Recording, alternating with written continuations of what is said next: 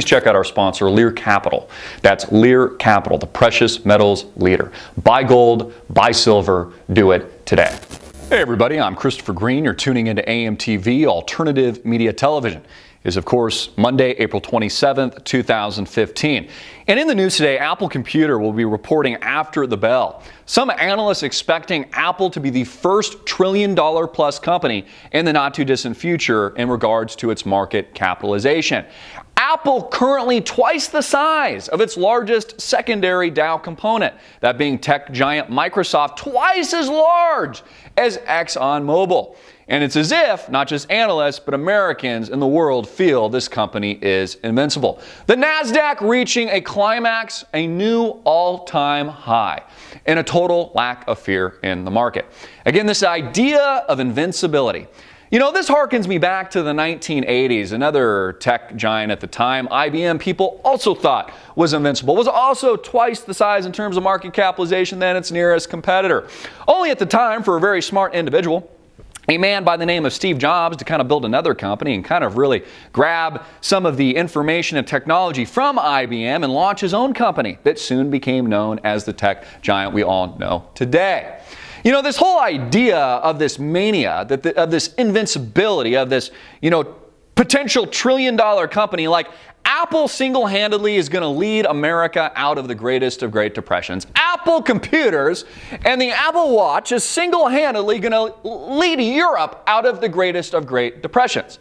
You know, if we look across the pond, for example, Greece, which, by the way, Greece banks rallying hard today, rallying firm. Banks like the National Bank of Greece, Piraeus Bank, I believe up 16% when I looked at it last, 8% for NBG, rallying because they're expecting collapse.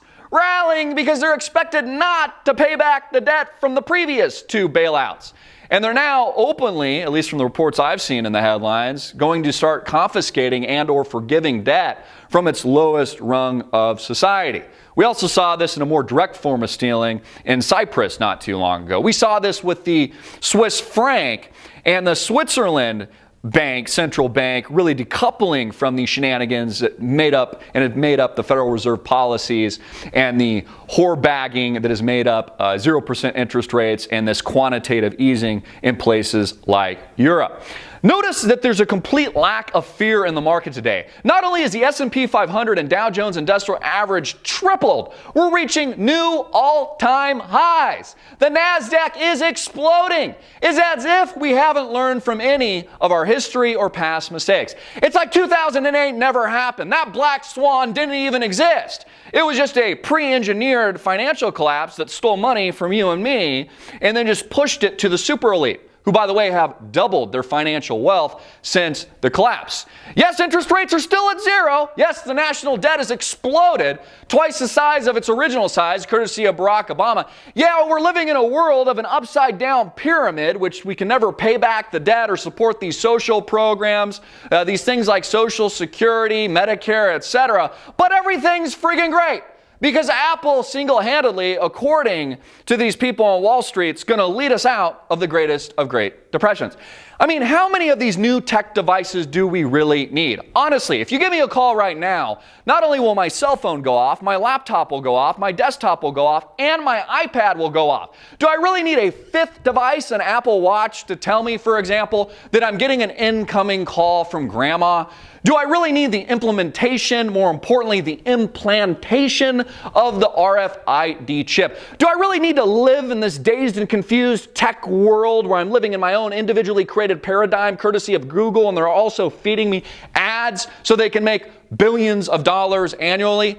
Do I really need all this shit, and is it really good for our society? Again, if we learn from any of our past mistakes, you know, this whole thing is a giant illusion, and it's going to explode. We're going to have a larger and greater and more dangerous black swan event in the not too distant future because nobody thinks it can happen. There's this mania on Wall Street. Again, we are entering very dangerous territory, folks. It's why I always ask that you prepare. It's why I ask you to consider things like precious metals, gold. Check out our sponsor, Lear Capital, for example. It's why I encourage you to invest in collectibles, art, land. Diversify your financial picture as we approach this inevitable situation. Whether or not you want to call it the Black Swan, you want to call it a collapse, you want to call it Great Depression, round 2 or 3. Again, we don't know the timing. We don't know when the Black Swan hits, but we know we're not invincible. After all of us, the financial elite, these politicians, these banksters, they're only human. And it will come to an end. There will be another shock. I'm Christopher Greene. Get this video out everywhere, make it viral, hard hitting it in your face, and click the link below to support our sponsor.